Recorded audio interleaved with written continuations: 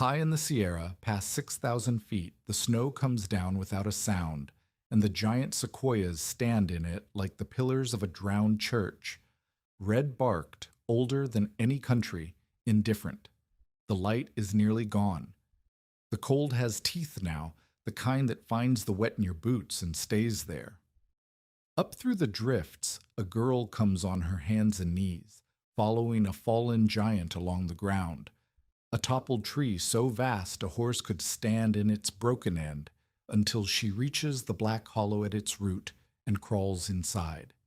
She has 2 blankets, 6 matches, and no way back down the mountain.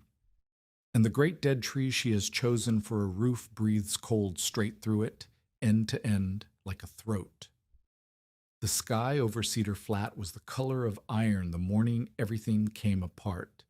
Sleet ticked against the front windows of Darius Mott's store, and Minta Voss stood near the stove with wet wool steaming off her coat, waiting for the man to hand her the day's list of errands. She never got it. Mott overturned the cash drawer onto the counter. Coins spun across the wood and dropped to the floor. He counted them twice, loud enough for the 3 men warming their hands by the stove to hear, and then he said the number that would follow Minta into the mountains. $186, Mott said. Gone. He did not look surprised. That was the first thing Minta understood, standing there with the sleet at her back. A man who has truly been robbed searches. He lifts papers, checks corners, asks questions. Mott did none of these. He reached beneath the counter and drew out the store ledger, already open to the page he wanted, and he turned it so the men could see the line where Minta's initials sat beside the note that she had closed the store the evening before. She had the key, Mott said. She had the drawer, and that money was the winter relief. Flour and medicine for families up this drainage who will not eat if it stays lost. The word relief moved through the room like cold air under a door. This was not a storekeeper's private loss. This was bread taken from children. Minta's mouth had gone dry. She was 15 years old, small for it, still coughing from a sickness that had held her since November, and she had swept that store and copied its accounts and run its errands because both her parents were in the ground and there was no one else to feed her. She had not touched the money. She knew, in the way a person knows the shape of a room in the dark, exactly what Mott had done, because she had seen the figures 3 days earlier, and they had not agreed. She carried the proof folded against her ribs. When she had noticed the account did not balance, she had torn the duplicate receipt from the book. The copy that showed $186 moved into the timber column, not stolen at all. She had meant to ask her father's old friend about it. She had not been fast enough. Sheriff's on his way, one of the men said. Minta did the arithmetic that would decide the next 4 months of her life, and it was brutal. She had 63 cents. The southbound stage cost more than that, and in any case the storm 2 nights past had already closed the mountain road, so no stage was coming. She had no living relative in the whole of California. Her father's tool chest, the last thing of his she owned, sat in Mott's back room, held, Mott said, against a debt her father had never named while he lived. And when Sheriff Kittredge arrived, he would put her in Mott's storeroom until the county deputy could ride up from the valley, and by then the altered ledger would be the only account anyone remembered. No money, no road, no family, and a charge that would follow her wherever she ran. She understood all at once that staying meant surrendering, and surrendering meant the noose or the workhouse, and either way meant Mott keeping the money and the good name both. Sheriff Orson Kittredge came in stamping snow from his boots. He was 51, broad through the shoulders, a former stage driver who had pulled frozen travelers out of drifts on this very grade, and had the flat, tired eyes of a man who had stopped expecting the mountains to be kind. He listened to Mott. He looked at the ledger. He did not look at it closely. Minta stepped forward and pulled the folded receipt from inside her coat. "Read this," she said. "The paper's the same as the book. The tier matches. He moved the money himself into timber, and then he... Mott's hand shot out and took the paper from her. You see, Mott said to the room, holding it up. She kept the page she tore out, destroying the record. What honest girl carries the proof of her own theft in her dress? Minta snatched it back before he could fold it into the stove. She did not plan what came next. Her body decided. She went through the door into the sleet, and she ran. Kittredge came after her only as far as the log bridge over the Sequoia. She heard his boots stop. She turned once 30 feet up the bank and saw him standing with his men behind him and the sleet already thickening to snow across his shoulders. On the store wall behind them hung burnt Hogland's aneroid barometer, left there for repair, and its needle had swung low in the last hour. Kittredge had driven stages long enough to read weather off a dropping glass. He knew what was building over the peaks. Go get her, Mott said. Kittredge did not move. He looked up at the girl, and up past her at the white coming down off the ridge, and he made the calculation of a man who had buried people who made the wrong one. The mountain will bring her back or bury her, Kittredge said. I won't sacrifice 6 men to decide which. He turned his horse. The posse turned with him, and Minta Voss, 15, accused and alone, climbed into the storm because the storm was the only door left open. She could not stay on the wagon road. It was the first place they would look once the weather broke, and a girl leaves tracks a child could follow. She left it within the first mile and took a cattle path her father had used years before when he had gone up to build ice caches for a logging survey that had since dried up and gone. The path climbed. The snow deepened. Her boots made for a store floor soaked through before the light had left the sky. She took stock of what she carried, and the tally frightened her more than the cold. 2 wool blankets rolled and slung across her back. Less than a day of food, a heel of bread, a twist of dried apple, half a biscuit. No gun.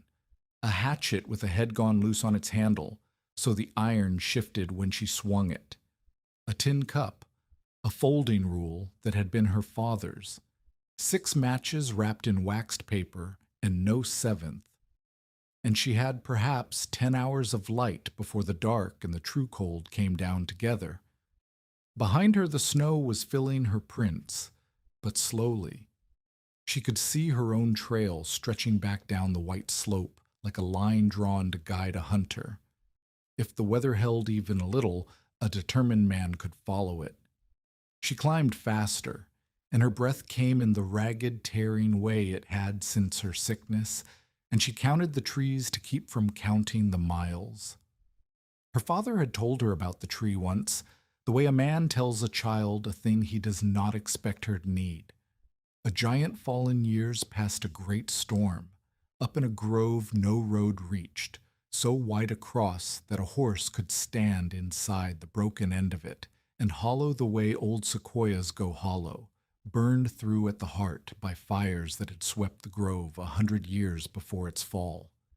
13 miles of hard trail from the flat, 6,400 feet up where the giant trees grew and nothing else grew so large. He had described it as a curiosity.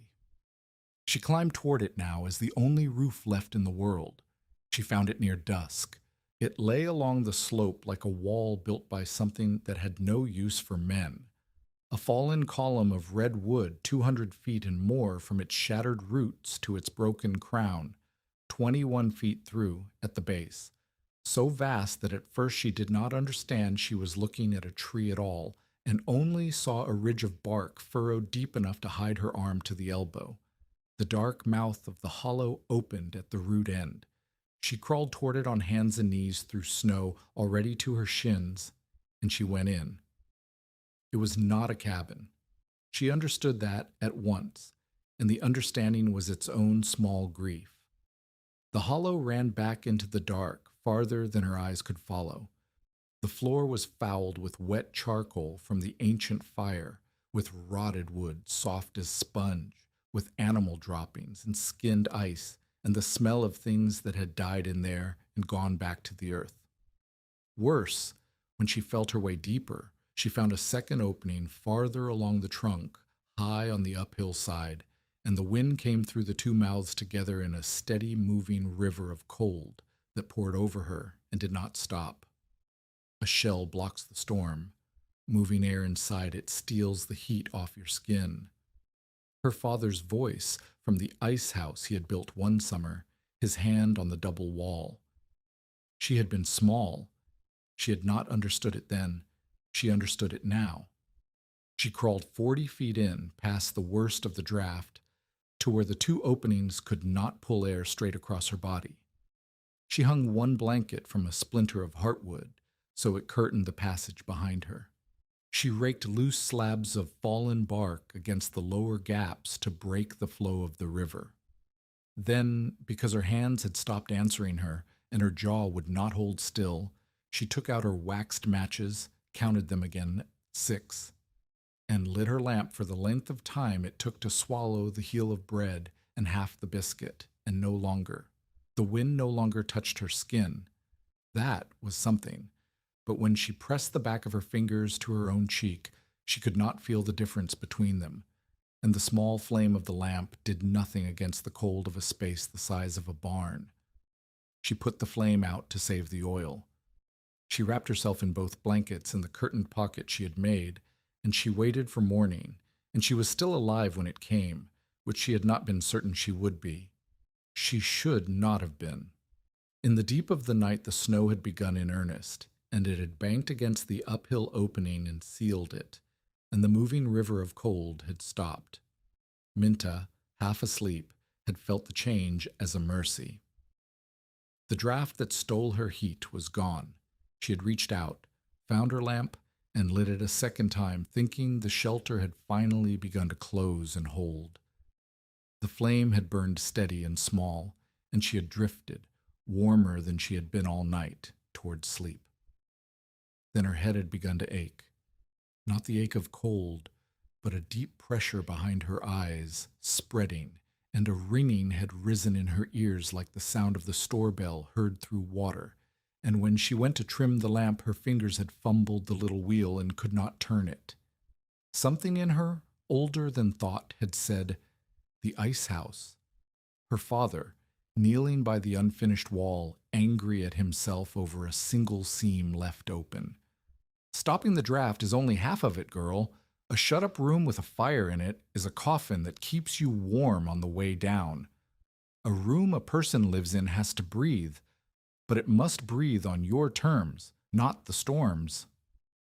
She had put out the flame with the last of her strength and shoved her fist through the snow above the hung blanket until the cold night air spilled down over her face, and she had lain with her cheek in it, breathing, while the ache behind her eyes drew back like a tide. By the gray of morning, she had learned two things that fought each other, and she would build the next 4 months of her life on the war between them. The great shell of the tree could hold off nearly all the wind, and a sealed hollow with a flame inside it could kill her without her ever once feeling cold. She woke with frost stiff in her hair and pain still riding behind her eyes, and the first thing she did was not hunt for food, though her belly had turned to a fist. The first thing she did was measure. She unfolded her father's rule and set it against the wood. The hollow ran back from the root mouth some 68 feet before the burned heart closed to nothing. It ran on the average 7.5 feet across. She did the sum on her fingers, the way her father had taught her to reckon the ice a cache would hold, and the answer landed on her like a fall of snow. More than 3,000 feet of air, cubed, stood inside the length she might use. To warm all of it, she would need to burn a forest. And there it was. Not the whole answer, but the door to it. She did not have to warm all of it. She had lain awake half the night at the mercy of a space too large for one girl and one small stove. The size of the hollow was not her shelter. The size of the hollow was her enemy. What she needed was a room, and a room could be built. She took the loose nail from the lip of her tin cup and scratched her plan into the char of the wall, marking off the length of the log in sections the way her father had marked off a building in chalk before he cut a single board. A vestibule at the mouth 3 feet deep, a small cold room to stand in while the outer door shut behind her, so that every coming and going did not empty the warmth in a breath. Behind it, a living chamber, 14 feet long, the room she would truly heat. Behind that, a sleeping alcove, 4 feet now, the smallest space of all, curtained close, meant to hold a heat a person could sleep in. And behind that, the rest of the hollow left cold and dark, for storage, for the woodpile, for the way out. 600 feet of air, cubed instead of 3,000. 5 parts of the tree left to the cold so that 1 part could be made to live. The plan pulled the ice house up out of her memory hole. Her father had built its walls double, 2 skins of plank with dry sawdust packed loose between them, and the trapped still air in that gap had done more to hold the summer out than any thickness of solid wood could have. 1 seam left open had cost him a day's melt, and taught her the lesson she had nearly died to learn again the night before. She could do the same here. She did not have to make the great tree a wall. The tree was already the wall, the finest weather shell she could imagine, red wood 10 feet thick against the storm. What she had to do was build lighter walls inside it, 2 bulkheads across the hollow. Heat only the room they made. Lift herself off the wet, rotting floor so the cold and the water in the ground could not climb into her blankets, and leave the air a way in and a way out that she could open and shut by her own hand, low for the fire to breathe, high for the bad air to leave, so the room would never again close around a flame the way it had in the night. She could see the whole of it, scratched black on black in the char. She could also see, with the same clear eye, that she had nothing to build it with. No stove, no lumber but what she could tear from the dead, no nails, no food beyond half a biscuit. She had a design that would work and not one thing to make it out of, and the storm that had covered her tracks would not stay gentle forever. She was still staring at the marks on the wall when a goat came down the hollow toward her out of the dark, and behind the goat came a woman. Hetty Crowell was 34 and widowed, a keeper of goats who lived lower on the mountain at 4,700 feet with 2 young children and no man to help her carry any of it. She had come up following the tracks of a doe that had wandered, and she had found instead a half-frozen girl kneeling in a burned-out log scratching lines in soot. She knew the girl by sight. Everyone on the drainage did by now. Word of the missing relief money had run down every path in the county before the snow closed them. For a long moment the 2 of them looked at each other, and Minta understood that this woman could end everything with a single word carried down the mountain. Hetty did not say that word, but she did not offer comfort either. She looked at the marks on the wall and the hung blanket and the bark stacked against the gaps, and she made her judgment the way a woman makes it when her own children's lives have taught her exactly how the cold kills. "Wet wood sweats," Hetty said. "Charred wood burns. Snow buries chimneys, and a girl who closes up every crack does not wake to enjoy the warmth." She let that last land, watching Minta's face. "I have buried a husband who was sure he knew better than the mountain, so don't tell me about your clever little rooms." "I closed it up last night," Minta said. "It near killed me. I know." That gave Hetty pause. She had expected the girl to argue. Instead, the girl had agreed and gone her one better, naming the exact danger. Hetty came closer and looked at the 2 scratched marks Minta pointed to, the low one where air would come in, the high one where it would leave. "That low hole," Hetty said, "on that side will pack full of drift by the second night of any real storm. Then your fire chokes, and you with it. I have seen a stovepipe drift over in an hour." She was right. Minta felt the rightness of it like a slap. She reached up and dragged her nail across the low mark and scratched a new one around on the sheltered root side, tucked where the curve of the trunk would throw the wind up and over it, and she added a small hood above it to keep the drift off. Hetty watched her do it. She said nothing for a while. "That is better," she admitted at last. And then, because she was an honest woman and would not let a scared child mistake a fact for a friendship, "It is still a hollow tree in December, and you are still a girl with no food. Improving the grave does not make it a house." The math of it was as bad as Hetty said. Minta reckoned it out loud, because saying it kept the fear from swallowing her. To hold a room like this through a real winter, she would want a cord of dry wood at the least, and more likely half again as much, cut and split and stacked dry before the deep snow. She had not cut a stick. She had no stove to burn it in if she had. She had the calories left in half a biscuit, and whatever her body still carried on its small frame, which was not much. Her choices were three, and she laid them out flat. She could go down and give herself up to Mott's storeroom and the deputy and the altered book. She could stay in the log as it was and freeze slowly, or starve, whichever came first. Or she could try to build a thing that needed tools and lumber and food she did not have, up here, alone, with the weather closing. None of the three was survival. Two were only different speeds of dying. Hetty stood, and her goat came to her, and she looked down at the girl a last time. She reached into the sack at her hip and set 2 oatcakes on the char beside Minta's knee, hard, small, more than she could spare from her own children's mouths. "I will not turn you in tonight," Hetty said. "That is not the same as believing you." She whistled the dough up out of the dark and started back toward the light of the mouth. "Do not send anyone to my door," she said over her shoulder. "I have my own 2 to keep alive." Then she was gone, and the hollow was quiet, and Minta ate one of the 2 oatcakes very slowly and put the other inside her coat against her skin where it would not freeze. Down in Cedar Flat, Darius Mott was building something too, and he built it faster than any girl could build a room. By the second day, he had told the story so many times it had set hard as a stone. Minta Voss had stolen the winter relief.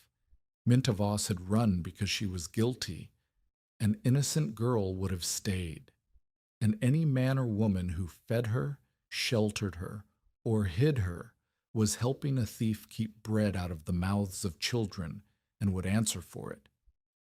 He nailed a notice in his front window offering $5 to anyone who brought word of where she had gone. $5 was a winter's worth of flour to families that had none.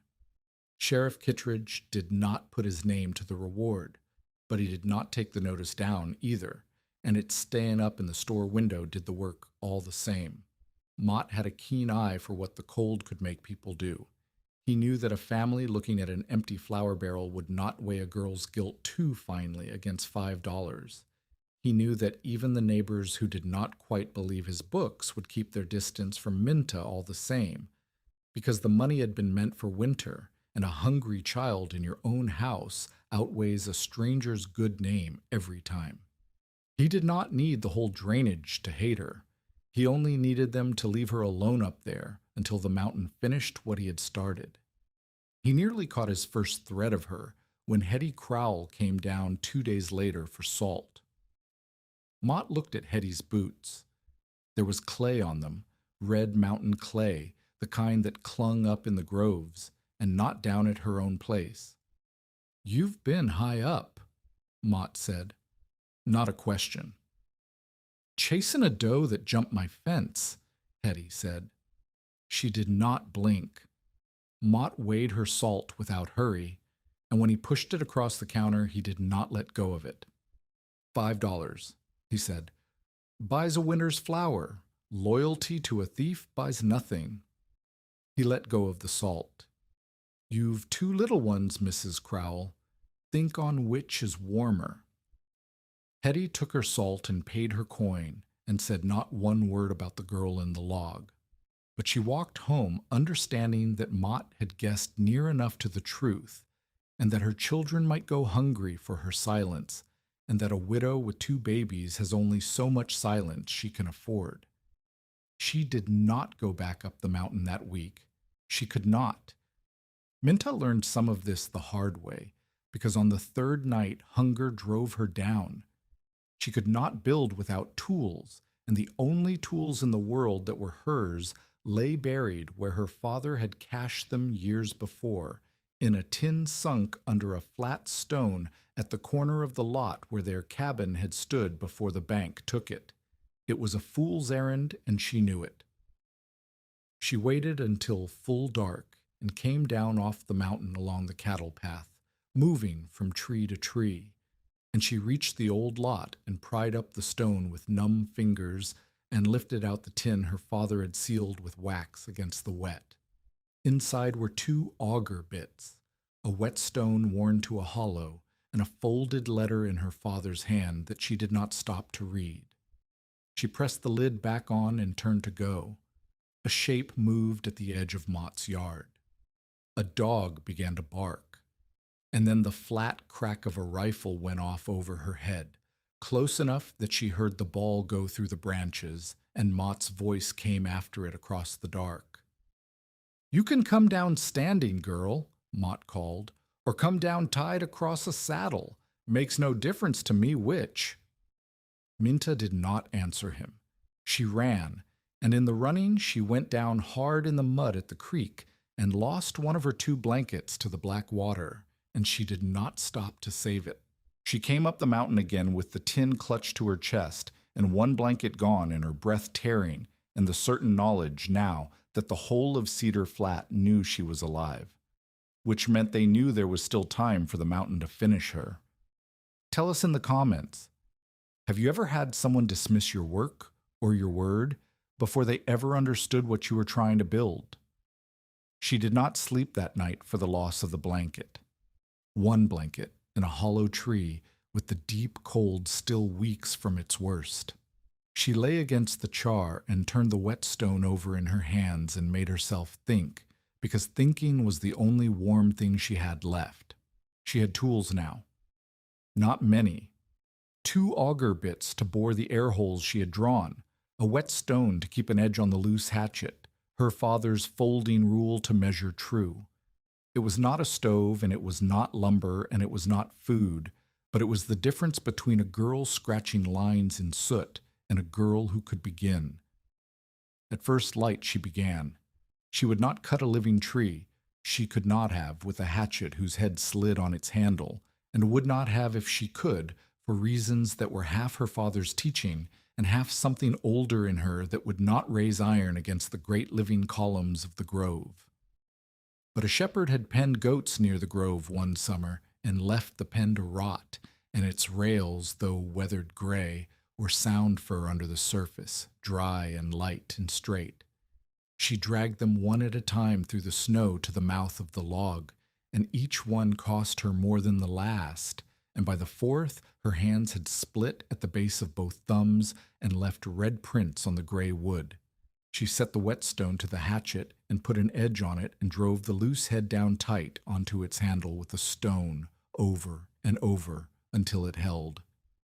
Then she began to build the first bulkhead across the hollow, at the mark she had scratched 14 feet in. She did it the way her father had built the ice house. 2 skins of rail, an arm's breadth apart, with a space between them meant for packing. She had no sawdust, so she gathered what the forest gave her, shredded bark, the dry brown duff from beneath the fallen giants where the snow had not reached, and she packed it loose between the 2 skins, loose the way her father had warned, never tight, because it was the still trapped air the packing held, and not the packing itself that turned the cold. She chinked only the joints with clay dug from the sheltered root side and thawed in her cupped hands, and she left a low narrow gap for the door she did not yet have. It went slowly. The light was short, and the cold ate her strength, and twice she had to stop and beat her hands against her thighs until the feeling came back before she could hold a rail. By the end of the first day she had raised perhaps 3 feet of the 8-foot span, and she had eaten the second oat cake, and there was nothing after it. By the end of the second day, she had raised 5 feet of bulkhead, and she had eaten nothing. And when she stood too fast, the hollow swam and went dark at its edges, and she had to hold the wall. She counted what she had against what she needed the way a person counts stairs in the dark. 5 feet of wall up, 3 to go. No door, no floor yet laid over the wet, rotting ground. No stove, and no wood cut to burn in the stove she did not have. Half a quart of dry fuel wanted, at the very least, and not a stick of it split. Food gone entirely, and the sky, when she crawled to the mouth to look, had gone the flat, heavy white it went before it let down its whole weight, and the wind had begun to come around out of the north. She had a room half built inside the finest wall in the mountains, and no fire to put in it, and no bread to keep her standing long enough to finish, and the barometer she could not see, hanging 13 miles below in the window of the man who wanted her dead, had begun once more to fall. He came up the mountain on the 4th morning, following a blanket. Minta was inside the hollow, packing bark into the last of the bulkhead with hands she could no longer fully close, when a shadow crossed the mouth, and a man's voice said her father's rule was set wrong against the wall. She turned with the hatchet in her fist. An old man stood at the entrance, gray-bearded, broad, with a left hand that curled in on itself like a dead leaf.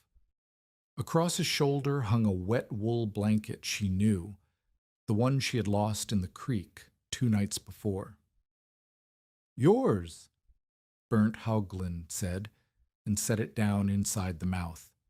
"It fetched up on a snag below the crossing. A blanket that color, this high in this weather, means someone up here has already lost too much to spare it." He looked past her, into the dark of the hollow, at the marks scratched in the char and the half-built wall standing across the tree. He did not look at her the way the town looked at her. He looked at the wall. He was 58, a Norwegian who had built ships before he built sawmills, who had lost the use of half a hand to a mill shaft, and now lived alone in a line shack between the flat and the grove. He had heard the story from below, like everyone else. He had come up expecting to find a frightened child hiding in a log, and hiding was a thing he understood and pitied. What he found stopped him at the entrance. "Why 14 feet?" Burnt said. He pointed at the mark. "Why not the whole of it? You have 68 feet of tree. Why wall off all but 14? Minta's throat was raw. She answered anyway, because it was the first question anyone had asked her that was not an accusation. "Because every foot I add is more air to warm," she said. 14 feet, and the alcove behind it is 600 feet of air, cubed. The whole log is over 3,000. I cannot cut wood enough to heat 3,000. So I heat 600 and let the rest stay cold." The old man was quiet a moment. Then he stepped in over the threshold and crouched by the wall and ran his good hand along the double skin she had made, the loose bark between. "You did not tell me you were hiding," he said. "You are building." He said it as if it settled something long argued. "A girl who hides counts the ways out. You have counted the cubic feet." He stood, his knees cracking. "My name is Burnt. I have a stove, a barometer, an auger better than yours, and half a hand. You have a design and no tools and no food.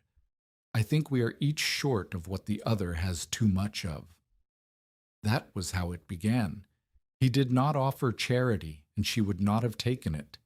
He offered a trade of what each of them carried, and the first thing he traded was knowledge.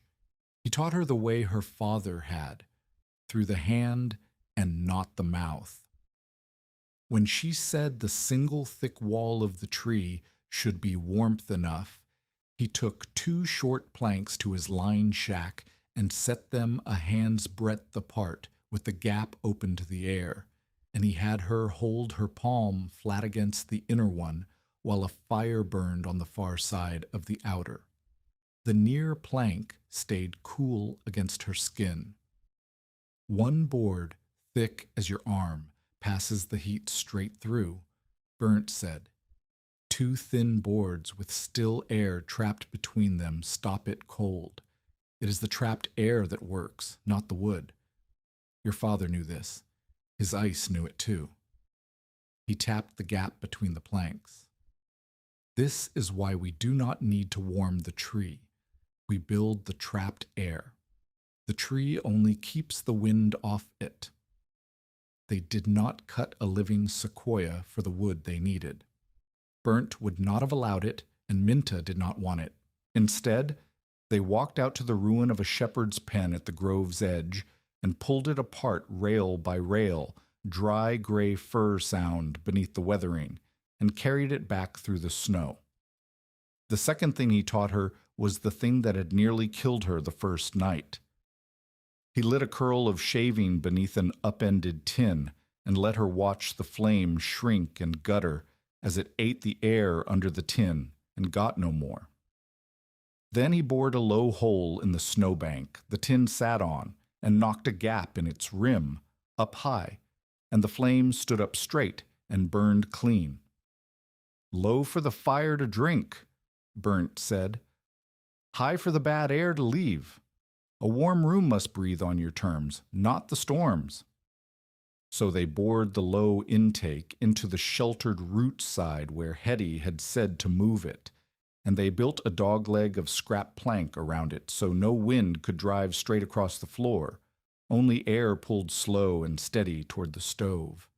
And high on the trunk, they bored the emergency vent and fitted it with a wooden plug on a cord that reached down inside so that a person lying in the dark could pull the vent open without ever going out into the storm.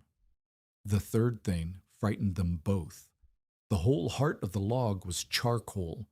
Old fire turned to black, and charcoal, once heat reaches it, can smolder unseen for hours before it shows a flame. Burnt made her understand this with a single coal.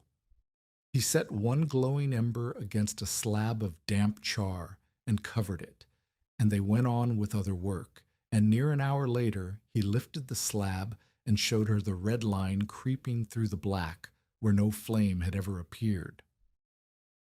That is how the tree kills you after it saves you, he said. You will not see it. You will smell it, if you are lucky and awake.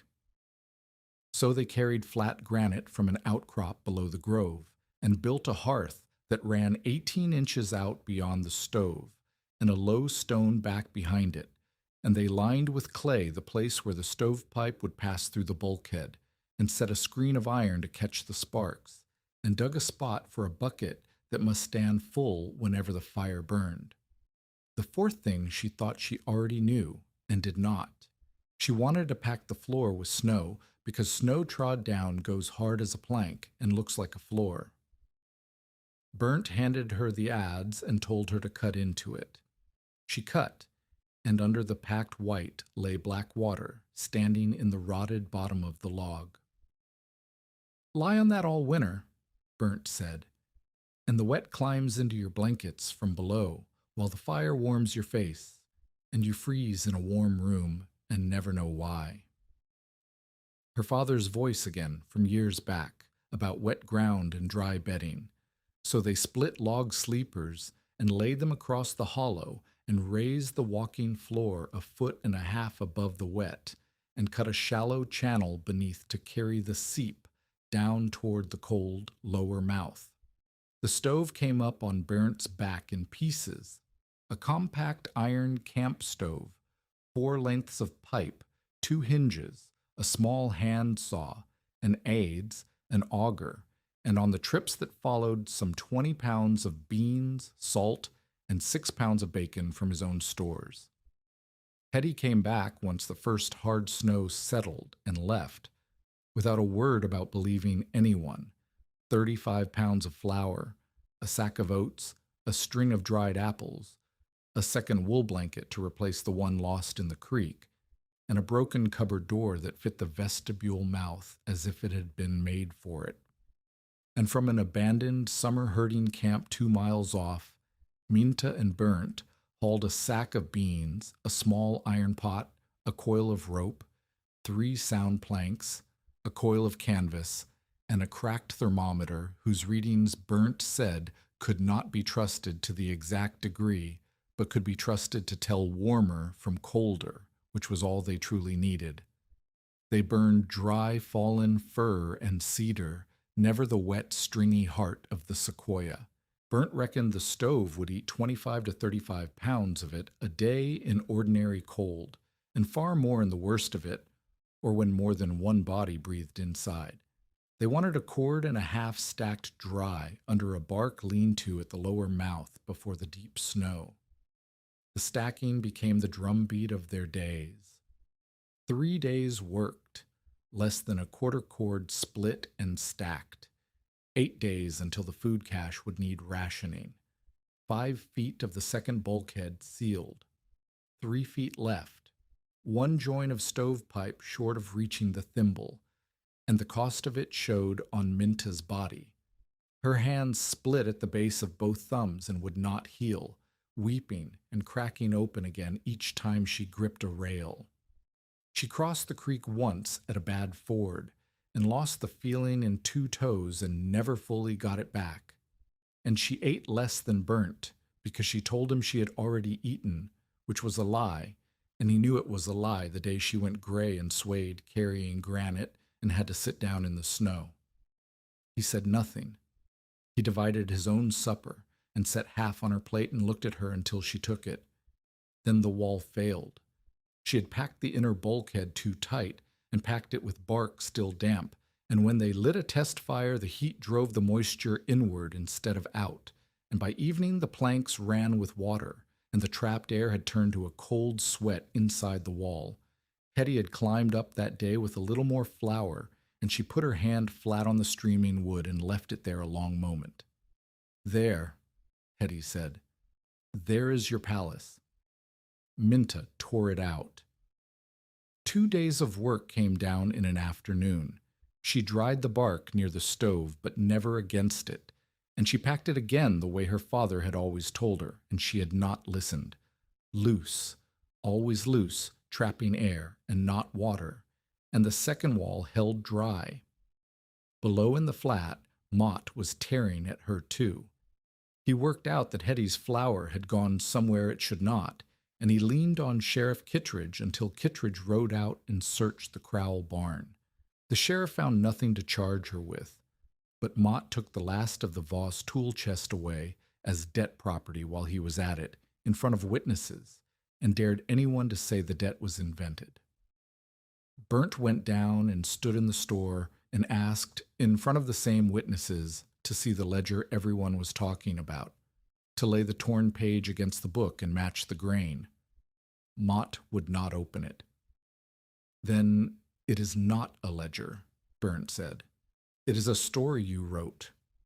Mott's face went white and then hard. "You've been up that mountain, old man. I know whose fire you've been carrying wood to." He leaned across the counter. "That shack of yours sits on ground I hold paper on. You'd do well to remember it before the snow makes a man think about where he'll winter." The threat was plain, and Sheriff Kittredge, standing by the stove with his thumbs in his belt, said nothing to stop it.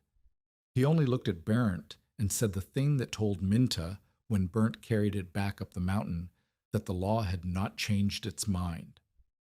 "Clever holes in a tree," Kittredge said, "don't matter much when the real snow comes, and when that trail opens in the spring, old man, I've still got a warrant to serve on whatever's left up there. See, it doesn't have to be a burial." But the town was not all Mott. 2 mornings later, a packet lay against Hetty's gatepost with no name on it. The exact stovepipe elbow they had been missing, a scrap of paper copying one of Mott's own suspicious totals, and Minta's father's draw knife taken back somehow from the confiscated chest. Enoch Vale, the sheriff's own stable boy, had watched Mott rewrite his book and had not the nerve yet to say so aloud. But he had nerve enough to leave a packet in the dark. It meant the story below was cracking, even if it had not yet broken. Burnt hung his aneroid barometer in the finished vestibule where the cold could not fool its needle, and each morning he marked where the needle stood with a stroke of charcoal on the wood beside it. For 3 mornings the mark stepped downward, each below the last. "The first storm was the mountain clearing its throat," Burnt said, watching the glass. "This next one means to stay a while." After 21 days, the chamber was a thing that could hold a life, though it left no room for a mistake. The main bulkhead stood finished and dry. The raised floor ran level over the drained wet. The stove sat on its granite with the pipe through its clay thimble and the iron screen before it. The low intake pulled clean through its dogleg, but the high emergency vent was not yet finished. Its plug fit poorly, and its cord ran short. The woodpile stood at a little over 1 cord, not the 1.5 they wanted. There was food for perhaps 7 weeks at reduced portions. The snow tunnel at the mouth was dug but not braced, and beneath one floor sleeper, wrapped in oilcloth, lay the torn duplicate receipt that could hang Darius Mott or clear a girl if she lived to carry it down. Before the storm, they made the test they had built toward for 3 weeks. The thermometer outside read near 18 degrees when Minta lit a small fire in the stove. They watched it and they waited. And after 2 hours, Burnt read the cracked glass at 4 places, and Minta wrote each number in charcoal on the wall. The cold storage length beyond the bulkhead, about 22 degrees. The main chamber, 51. The floor beside the low intake, where the cold air first came in, 43. And behind the curtain, in the 4-foot sleeping alcove beside the stove, 67 degrees. The great log held off the whole weight of the winter, and the small room inside it turned what little heat one stove could make into something a person could live in. That was the whole idea, proven in numbers scratched on a burned wall. Then Burnt did one thing more. He held a smoking splinter down by the low intake and let them both watch the thread of smoke bend and travel across the floor toward the stove and up the pipe, drawn the way they had meant it to draw. Then he laid his hand over part of the high vent, half closing it, and the smoke slowed, thickened, and began to curl back toward their faces. "Warm is not the whole of it," Barrett said, taking his hand away so the smoke ran clean again. "A room can be warm and still kill you if it cannot breathe. You will learn to read the smoke the way you read the glass." Hetty came up once more before the weather closed, and she brought her 2 children to see the thing she had spent a month telling everyone was a coffin. She stood in the warm main room with her arms crossed and did not soften. "Warm is not safe," Hetty said. "Show me the pipe after 3 days of fire. Show me the roof after 6 feet of snow lies on it. Then talk to me about safe." But her youngest, in the warm of the chamber, pulled off his wet mittens without being told, and set his bare hands out toward the stove, and Hetty watched him do it and did not tell him to put them back on. It was a small thing. It was the first time anyone had let the shelter be trusted with a child's bare skin. Minta spent the last calm days making the room ready for what it could not yet imagine. She set a second support under the stovepipe so it could not shift. She cut a long pole and stood it by the mouth for clearing the outside vents of snow. She ran a rope from the entrance out to the woodpile so no one need cross open ground blind in a whiteout. She cut a small panel behind the stove shield so she could look in at the char whenever she chose. She hung a white rag above the sleeping alcove because Burnt had taught her that, when smoke begins to creep where it should not, it grays a white cloth before a sleeping person will ever wake to smell it. And on the wall she marked the fuel in armloads so she would always know to the day how much fire remained. Then Burnt said he was going down. There was a chance, he told her, of getting into Mott's discarded papers while the man was distracted by the coming weather, the original account book, the pages that would clear her not by a torn scrap, but by the whole record. It was the thing that could give her back her name, and her name was the one part of her survival that no fire could keep. "The glass is still falling," Minta said. "You saw it this morning. It's below your last mark." "Which is why I go now," Burnt said, "while a man can still walk it. In 3 days no one walks it either way." He took up his stick and went out into the gray before she could argue him down, and the last she saw of him that day was his broad back going down through the trees below the lower mouth. That evening the barometer needle sank past the final charcoal mark on the wood, and then the snow began, without any wind at all, straight down and silent, and the silence of it frightened Minta worse than any gale had. A storm with wind announces itself and spends itself. A storm that comes down still and heavy in the windless dark means to lie on the mountain and stay. The first night the snow simply fell and piled. It banked against the root end of the log, foot upon foot, and Minta kept the stove low, holding the main chamber near 56 degrees, feeding it by the marked arm load and no more. She had made herself a discipline, and she kept it through the dark. Every 4 hours she rose and read and wrote. The temperature, the fuel remaining, the state of both vents, the needle of the glass, the water melted in the pot for morning. It was the discipline that kept the fear at arm's length. As long as she was measuring, she was not only waiting to die. At midnight, something struck the cupboard door at the mouth. She thought first of Mott. She took up the hatchet and went through the cold vestibule and put her shoulder to the door, and it was not Mott. It was Hetty, snow to her waist, and behind her 2 children, and in her arms the younger one, Asa, who did not lift his head when the warm air reached him. Hetty's own cabin had failed.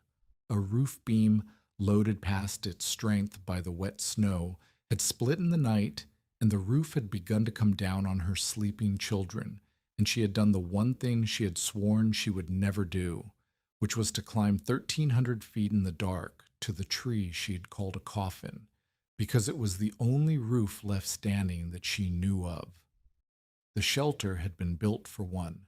Now it held 4, and every mouth of it that opened to let them in had emptied the warm room of its heat, and 4 bodies breathing needed far more air than one. Minta felt the temperature fall the moment the door had opened, saw her own careful numbers undone in a breath. She did the only thing the design allowed.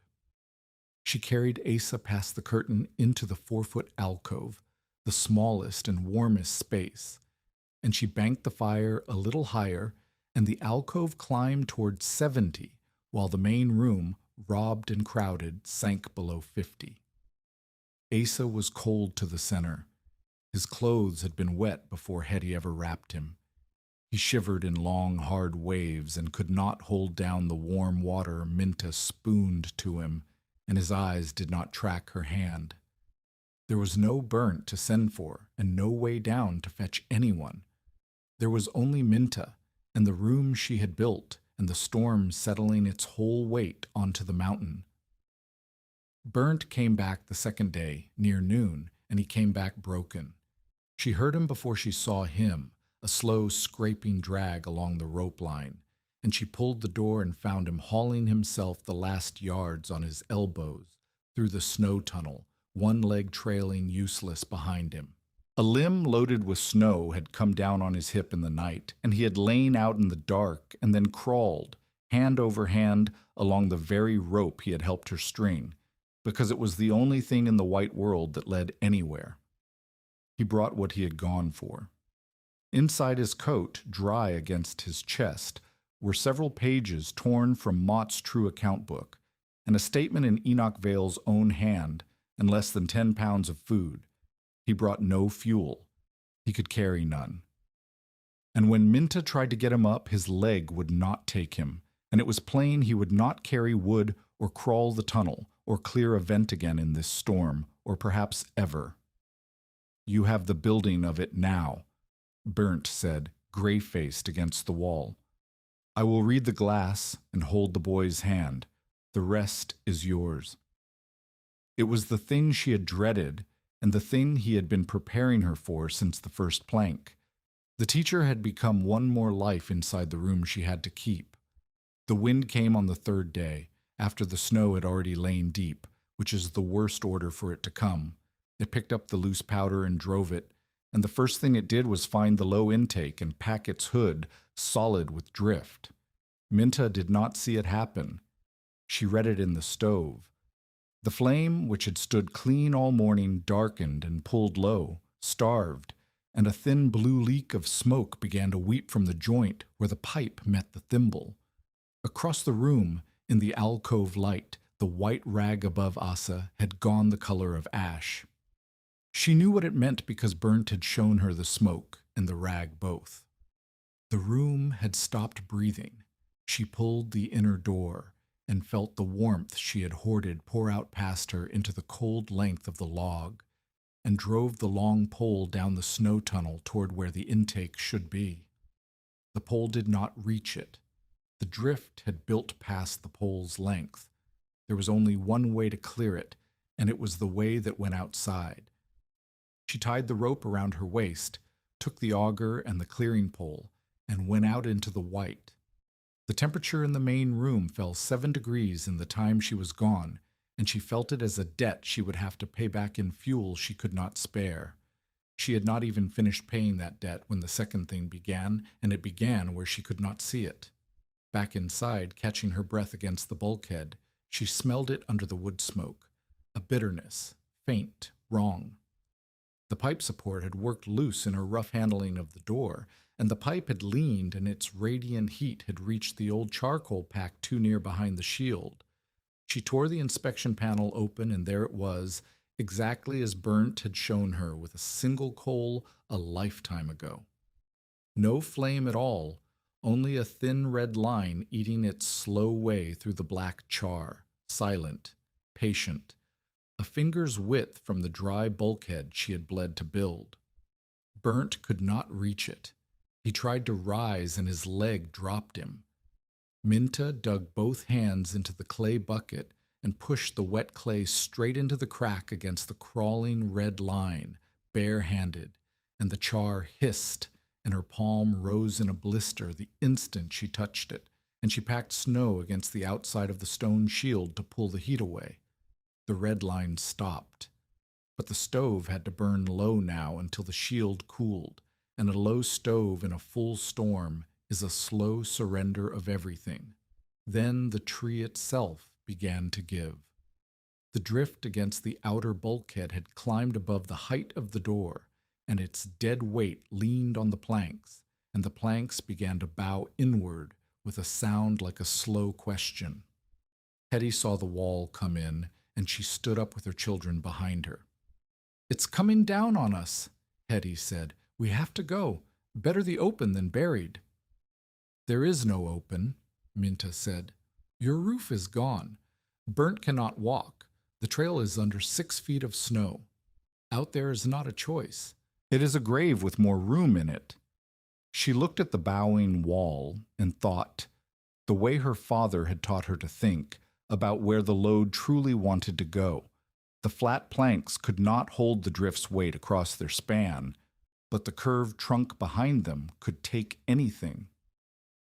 She wedged the floor poles at an angle from the bulkhead back against the great red wall of the tree, so the snow's push traveled off the weak flat wood and onto the strongest shape in the mountains.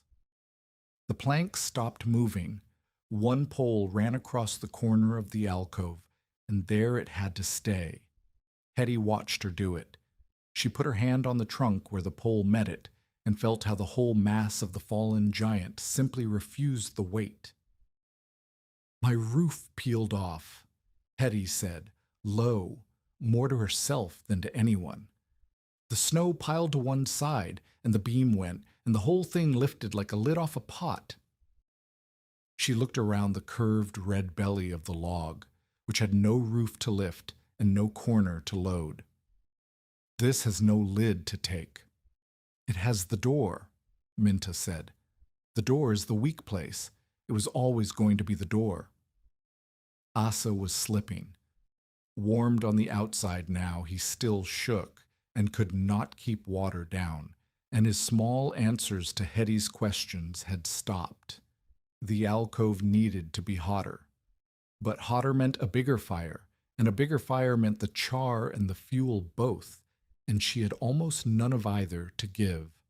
So she made the room smaller instead.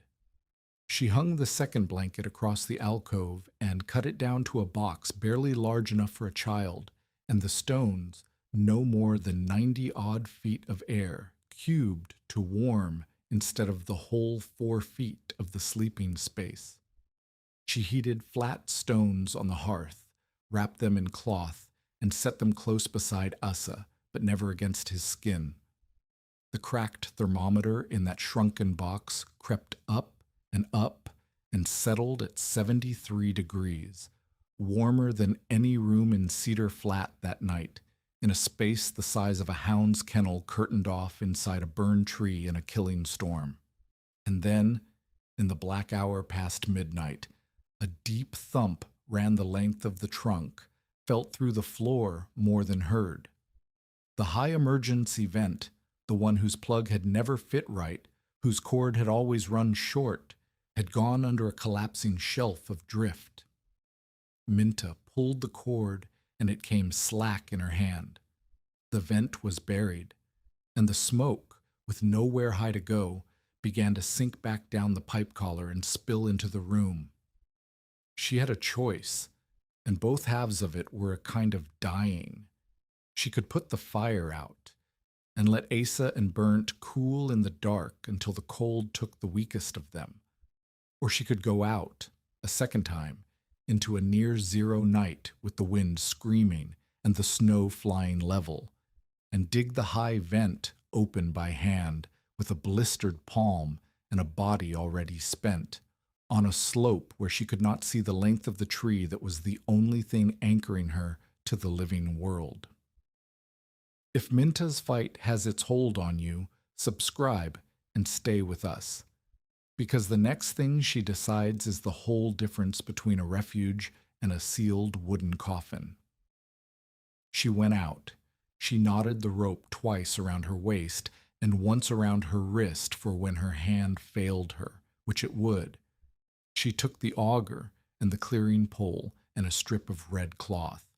She went through the vestibule, through the mouth, out along the trunk into a dark so full of driven snow that the lantern light died a foot from the glass. She could see nothing.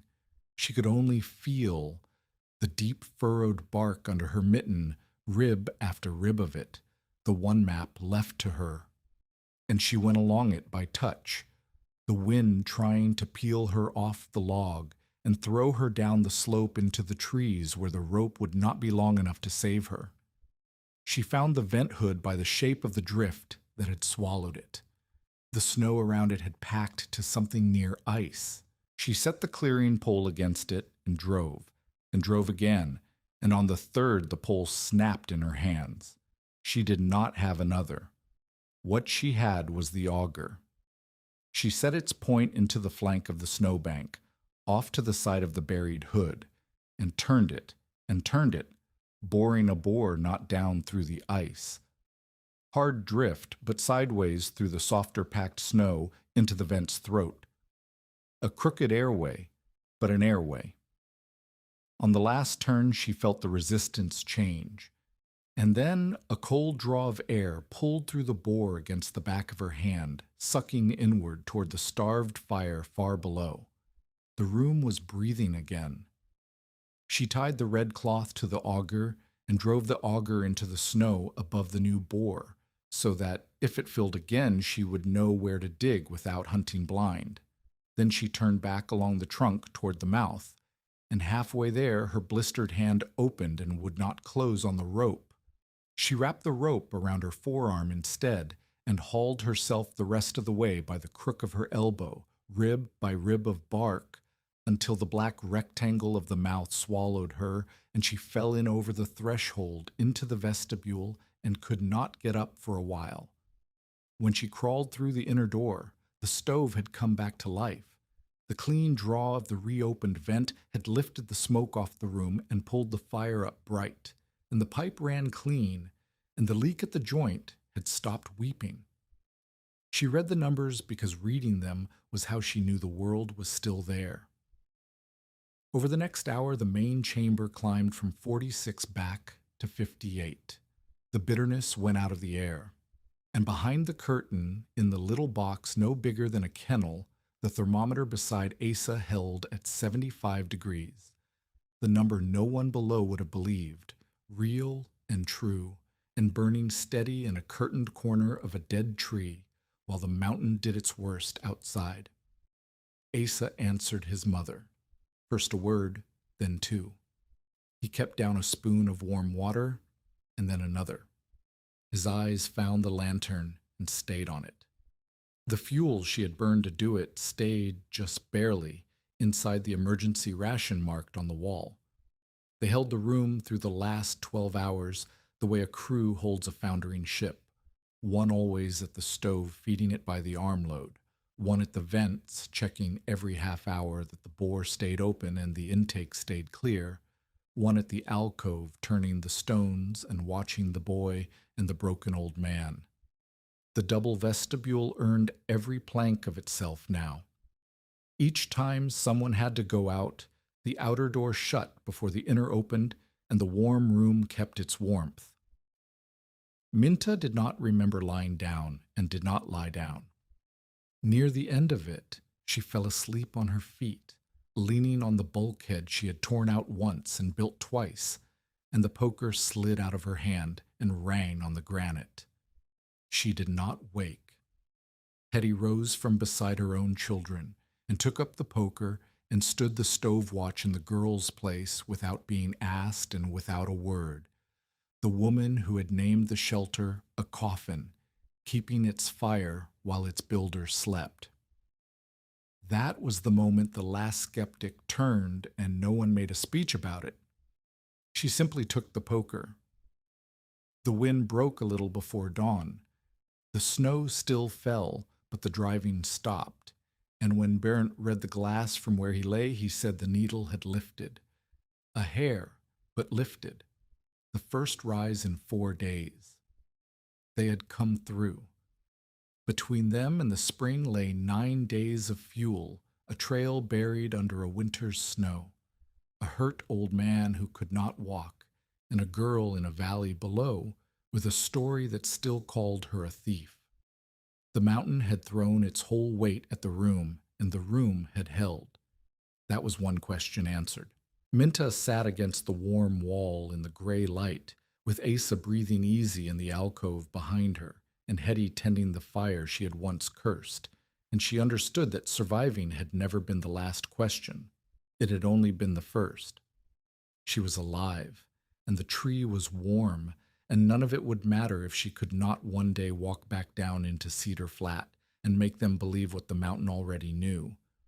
What she would become now, thief or teacher, fugitive, or something the drainage had no word for yet. The storm had not decided. Only the town could decide that, and the town was still Mott's. They came down off the worst of it by counting armloads and half degrees. And when the deep snow finally settled and stopped, the 4 of them and the boy had food for a few more weeks and fuel for a few more days and a trail that would not open until April. They did not talk much about what they had lived through. Hetty set her children to melting snow and mending. Bernd lay with his bad leg propped and read the glass. Minta planed a new hood for the vent that had nearly killed them all. Survival had stopped being a question. What filled the long white weeks now was the making of a better room and the harder question of what waited for her at the bottom of the mountain. The trail opened in the first week of April, and Sheriff Kittredge came up it with 3 men to bring back a body. He did not say so, but Minta knew it from the way he rode, slow, braced, a man doing a duty he did not want. He had told the whole county the mountain would settle the matter of the Voss girl one way or the other, and he had come to collect whichever way it had gone. Darius Mott rode with the party. Kittredge had not invited him. Mott had invited himself, and he had a reason, though he kept it behind his teeth. Somewhere up there, if the girl was dead, was a torn scrap of paper that could unmake him, and he meant to find it before the sheriff did. They smelled the smoke before they saw the tree. That stopped Kittredge on the trail. Dead girls do not keep fires.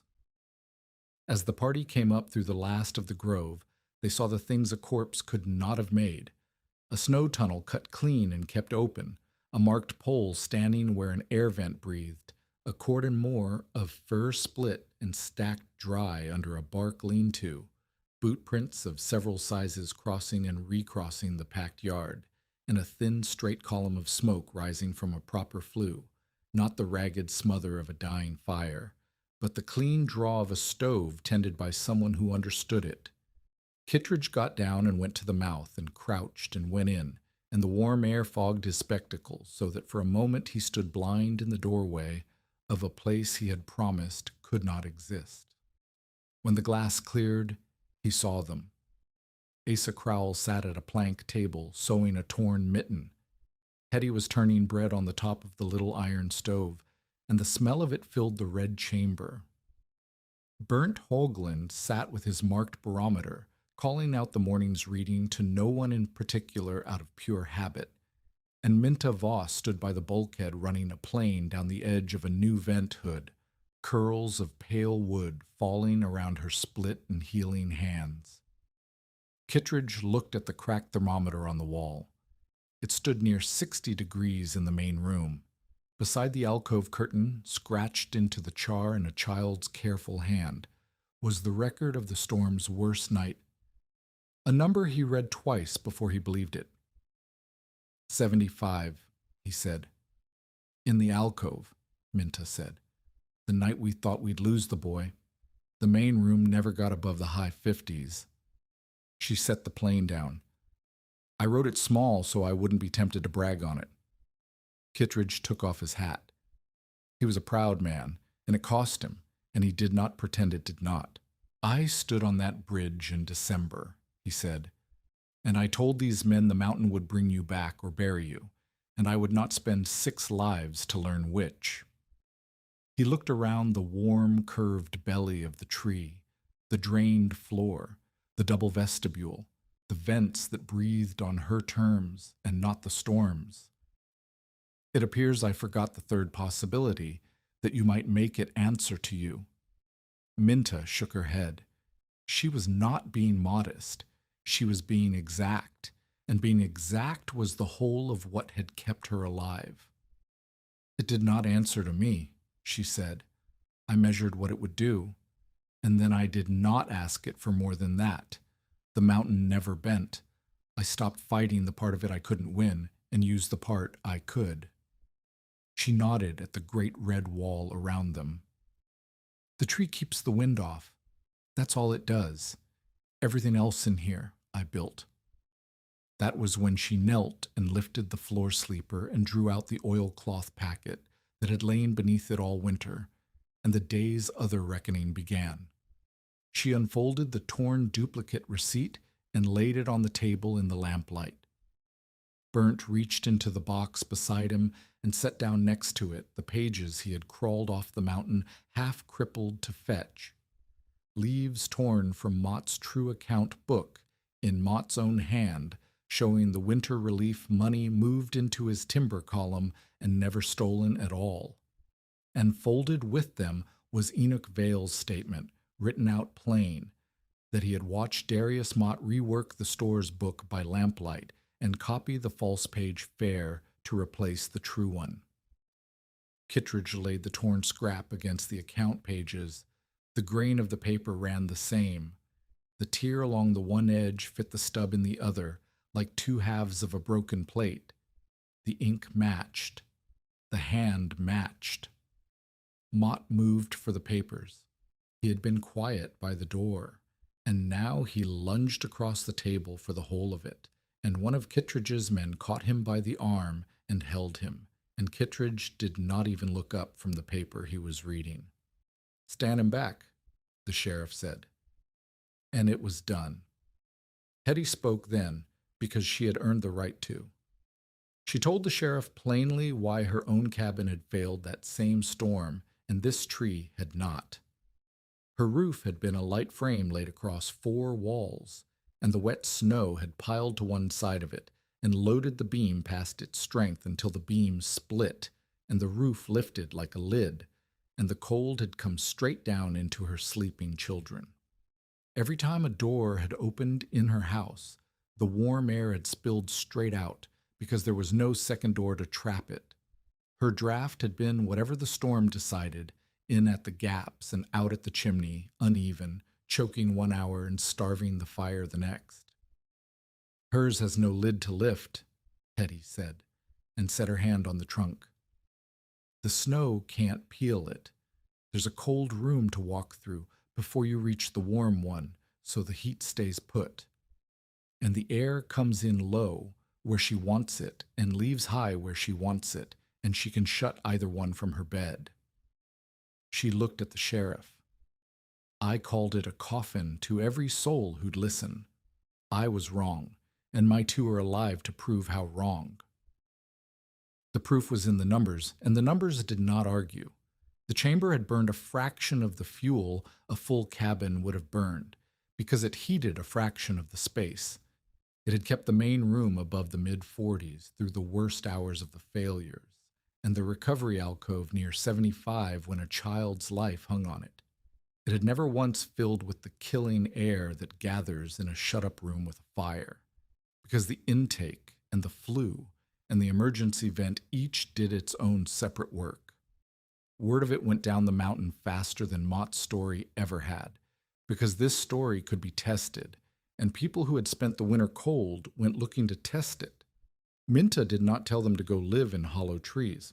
She was careful about that from the first, because she had seen what a half-understood fire could do. She taught the parts a person could carry home to any house. Shrink the room you must heat. Do not try to warm the whole barn to save one corner of it. Put a cold room between the warm one and the door. Get your bed up off the wet ground. Give your smoke a true flue with stone or iron where it passes wood. Guard both the low air and the high air against the drift.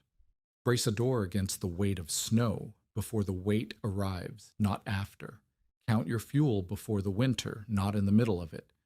And never, ever believe that because you cannot see smoke, the air you are breathing is clean. 2 packers who ran the high trail took the lesson and cut a small, tight storm room inside an old, drafty trail cabin they'd nearly frozen in the year before. Hetty rebuilt, and this time she framed one small, windowless storm room inside the larger house, with a vestibule at its door and a vented stove, and left the rest of the cabin to be cold.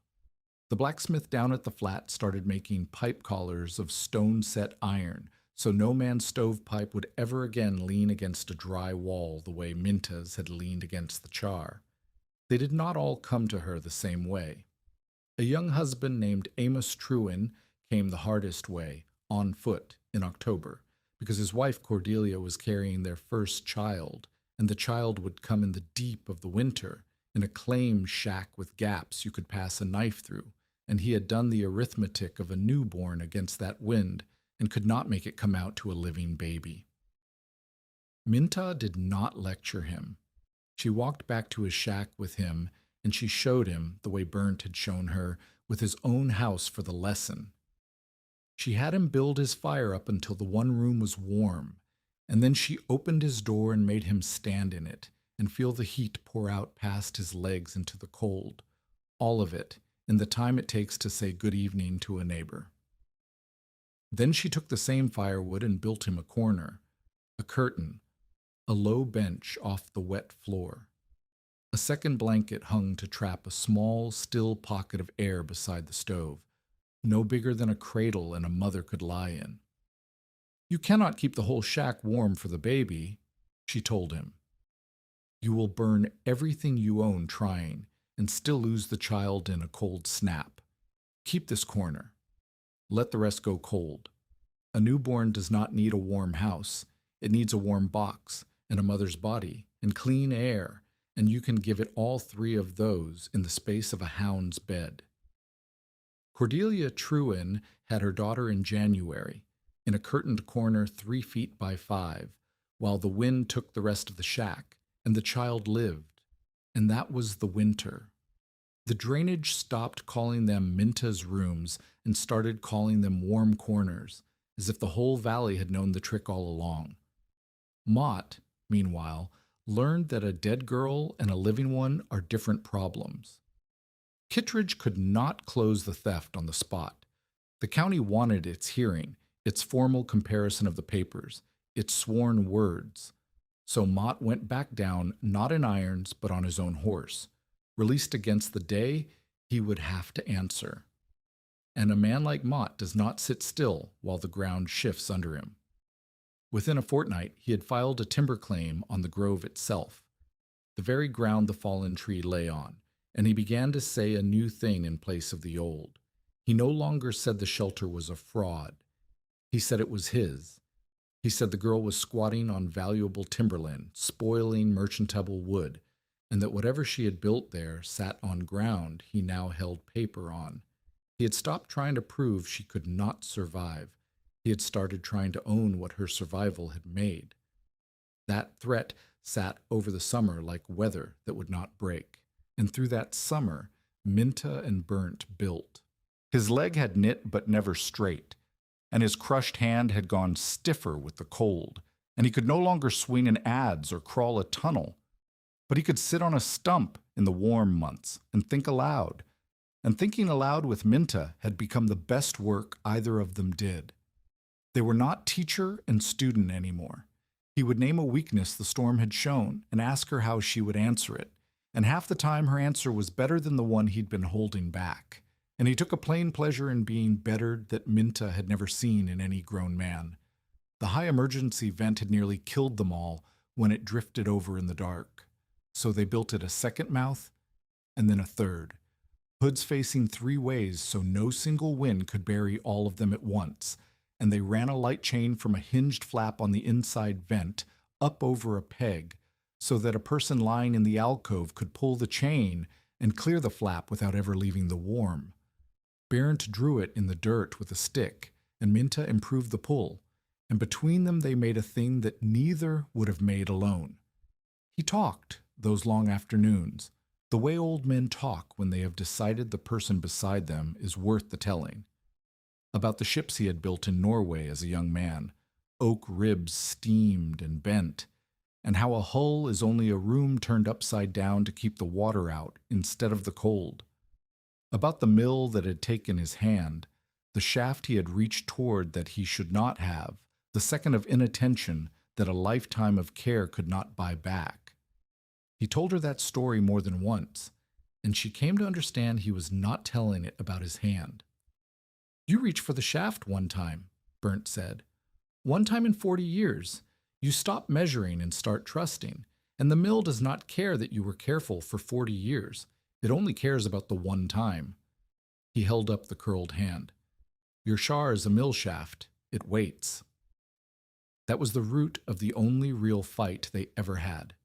Minta wanted to make the method safe for anyone, to write it down so plain, and build the guards so sure that even a careless family, even a tired man at the end of a bad day could not kill themselves with it. She wanted to give it away whole and foolproof. Burnt said there was no such thing as foolproof, and that pretending otherwise would get people killed worse. "You cannot build a stove that forgives a fool," Burnt said. "You can only build people who are not fools, and that is slower, and you cannot do it with a written page. The page lets a man think he knows the thing when he has only read it." He shook his head. "Give them the rules, and they will feel safe. Feeling safe is what kills them. It was feeling safe that near killed you the first night when you sealed the log and lit the lamp." "Then people who can't read or can't come up here to learn from me just freeze," Minta said, "and there was heat in it. You'd keep it for the clever ones. My father would have written it on the church door." "Your father," Burnt said, "died before he could teach you the half of it, and you nearly followed him into the ground learning it alone." I'm not saying keep it. I'm saying teach it, hand to hand, and stop dreaming of a paper that does the teaching for you. The paper is the mill shaft. It makes a man reach without thinking. They did not settle it. They never fully did. In the end, she did both. She wrote the rules, and she made sure no family ever got the paper without a person to stand beside them the first winter. And years later, she would admit that the old man had been more right than she had wanted him to be. But that summer, they left it unsettled. Two people who respected each other too much to pretend they agreed. By late autumn, Burnt could not face another winter on the mountain. He told her the way he told her everything, plainly and without softening.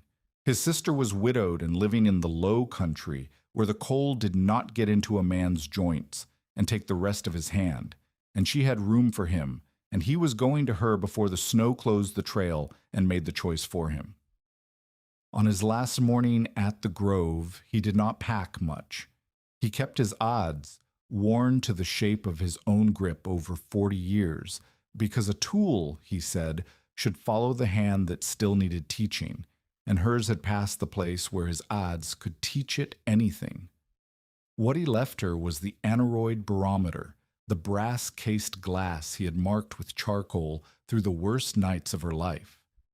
He wrapped it before he set it in her two hands in the strip of gray cloth he had used all winter to bind his crushed and aching hand. "You know how to read it now," Burnt said. "Read it every morning, whether the sky looks like anything or not. The morning it looks like nothing is the morning it will fool you."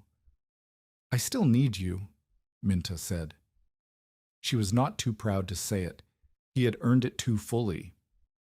Burnt looked at her a long moment, and then he said the thing she would keep longer than the barometer. "Need is not the same as dependence," he said. "You needed me to learn it. You do not need me to know it. Those are different men, and only one of them has to stay."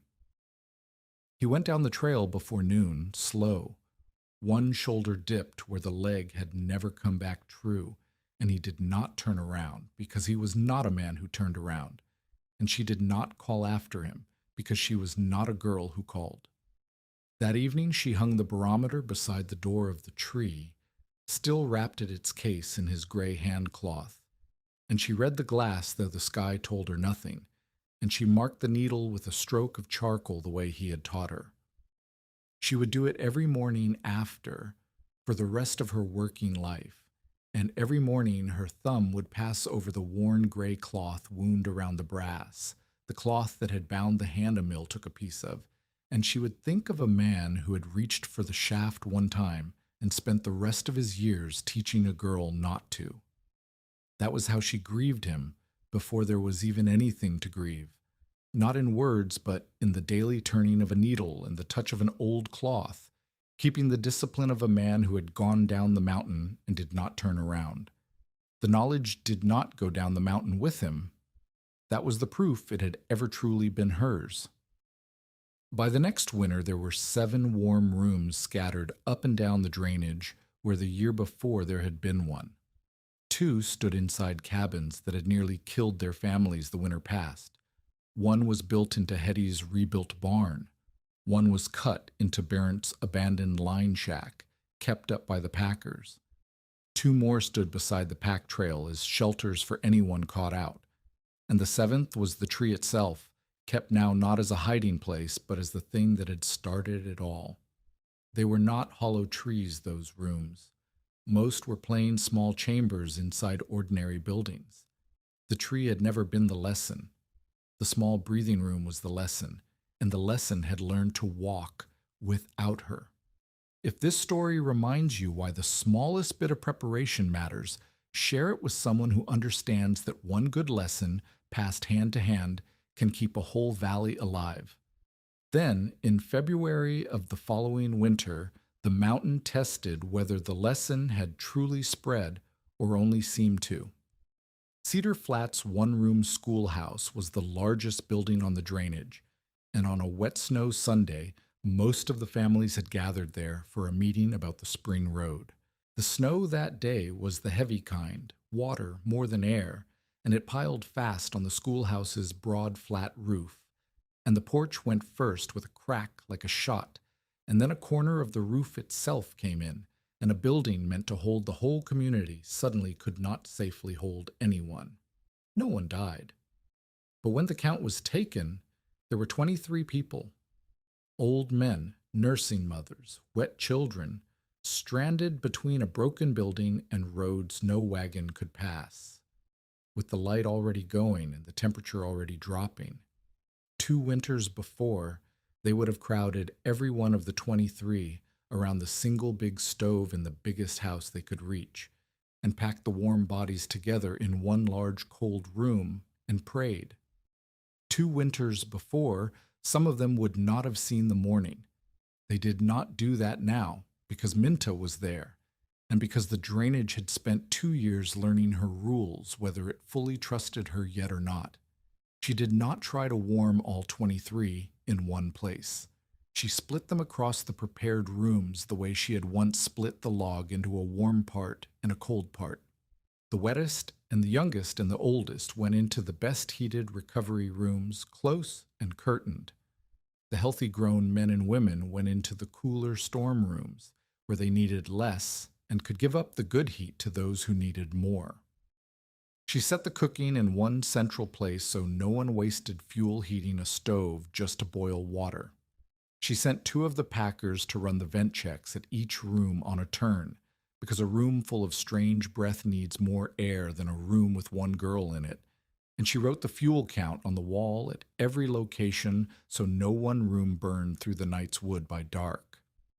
It was in Hetty's barn room, near midnight, that the mountain reminded her the lesson still had to be carried by a living head. Minta ducked in to count the bodies and stopped in the doorway. She could not have said what was wrong. She only knew the air was wrong, a bitter thread under the wood smoke, a stove drawing sullen instead of clean. Burnt's voice came up in her the way her father's once had. You will smell it if you are lucky and awake. She was lucky. She was awake. Someone had built the barn flue a hair too short and set its cap where the wind curled down off the roof line, and the wind that night was pressing the smoke back down the pipe faster than the room could send it up. In an hour, with the door shut against the cold and a dozen tired people asleep, it would have been a room full of the quiet dead. She threw the high flap open, ran a length of borrowed pipe onto the flue to lift its mouth above the curl of the wind, and stood there reading the smoke off a lamp until the thread of it ran straight up and clean. No one in that room ever knew how close it had come. That was the point of it. Burnt was in the low country with his sister, and his lesson had just walked into a barn on its own 2 feet and saved a dozen strangers wearing Minta's face. Her own careful arithmetic from the first winter had been built for 4 or 5. Now she was reckoning for 23 across 7 rooms, with a mentor gone and no one to divide his supper. And she found she could do it, not because she was in every room at once, but because she was in none of them and did not need to be. The vent checks happened without her standing over them. The fuel counts were kept by hands that were not hers. The healthy gave heat to the weak because they had been taught why. The knowledge had left her body and gone into the communities, and that, more than the 75 degrees, more than the cleared names still waiting on a hearing, was the thing Burnt had crawled off a mountain to make possible. Among the 23 were Darius Mott's wife and his 12-year-old son. Mott would not send them to Minta's rooms. His own house had a stove, and he would sit his family around it before he would owe that girl his children's warmth. And for a while, the big cold room he chose held well enough, because a house with a whole roof and a stove is survivable for a night if the night is not too long. The night was too long. By the small hours, his boy had gone quiet and clumsy, fumbling a cup, slurring the ends of his words, his coordination going the way Asa Crowell's had gone in the tree, the cold reaching past the skin toward the center. And Darius Mott, who had accused a girl of theft to keep $186, who had offered $5 for word of where she'd gone to die, who had fired a rifle over her head in the dark, and filed a claim to take the very ground she'd survived on, carried his son through the snow to her door and asked her to take him in. He did not apologize. He could not. The words were not in him yet. He stood in the vestibule with his boy in his arms and said only that the child was bad. Minta did not make him say more.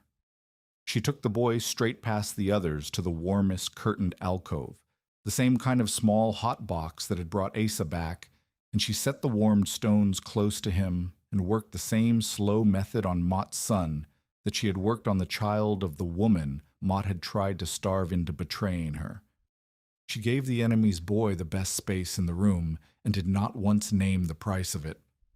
Mott watched her do it. He stood against the cold wall of the vestibule and watched the girl he had tried to hang bring his son back degree by degree, watched her choose his child for the warmest place in the drainage over any other claim, and something in the man did not so much break as go silent. He did not fall to his knees.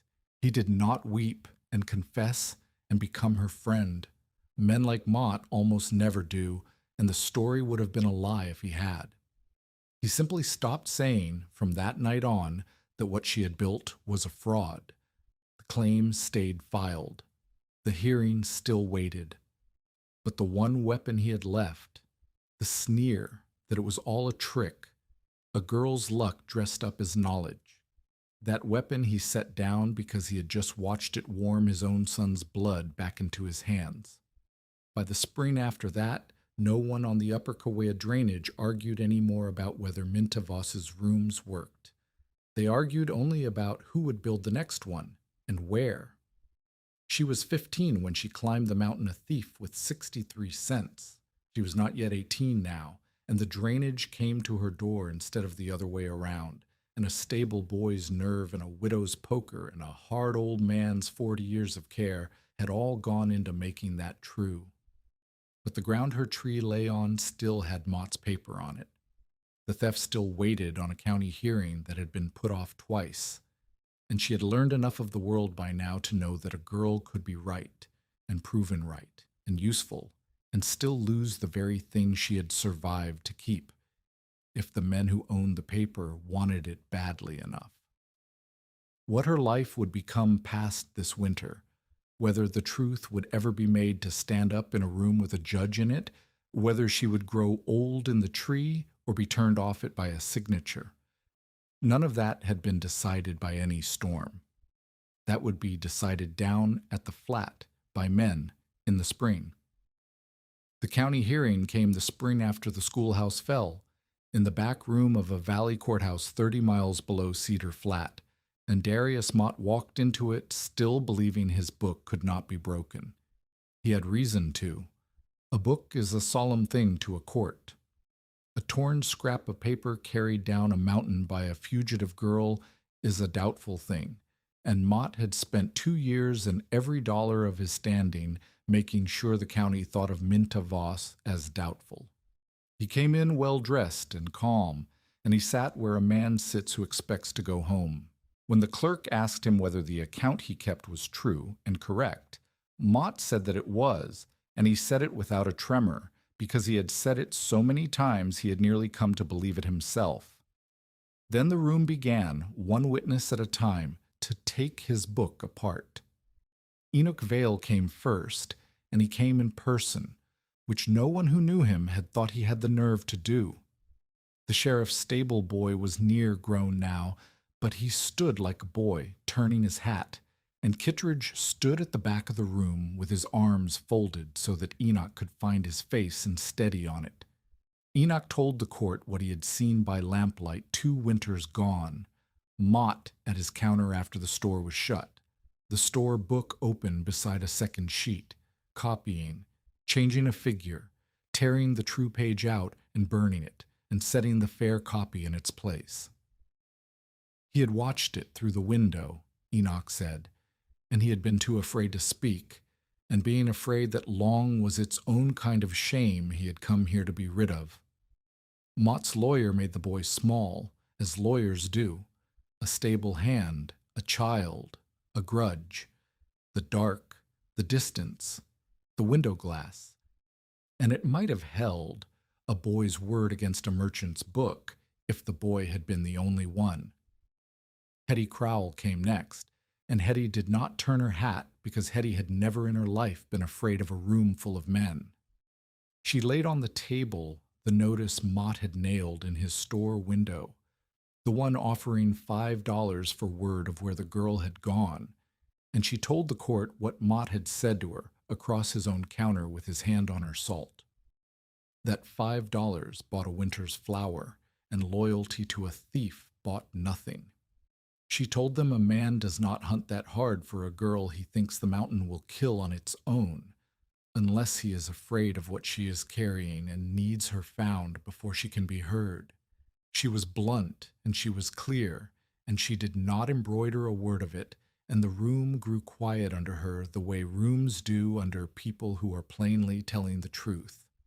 But the thing that broke Darius Mott was not Enoch's nerve or Hetty's plainness, or even the papers themselves, laid at last side by side where a judge could match the torn edges and the running grain and the one hand that had written both.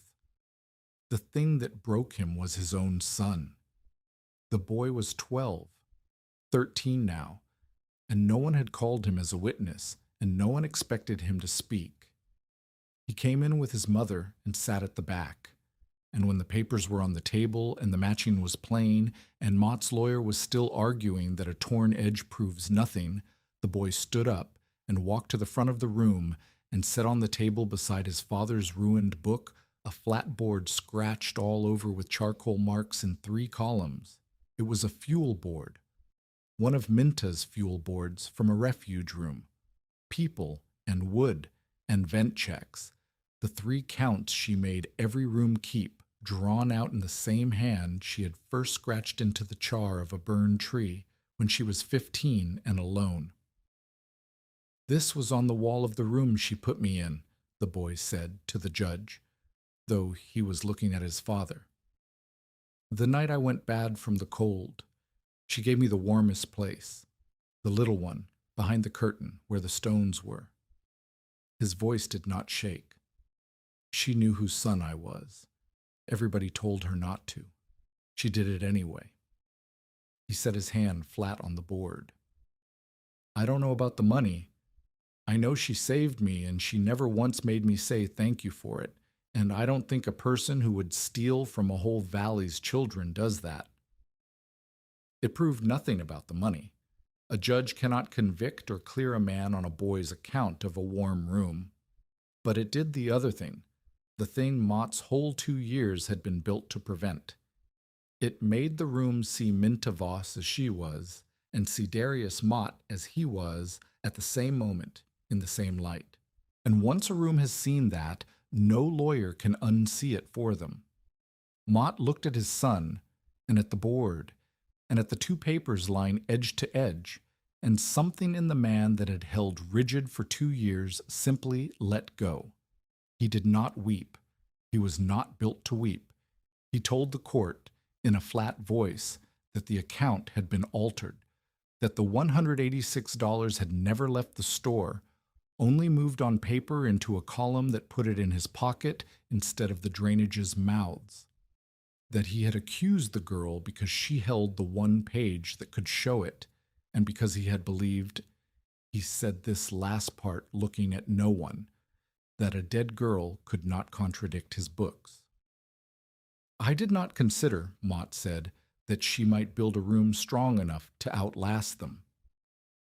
He returned the money as part of the settlement, and he gave up the timber claim he had filed on the grove and the ground the fallen tree lay on, and he was made to pay the costs, and he was not sent to prison because the county had no stomach to jail a ruined man who had confessed and paid.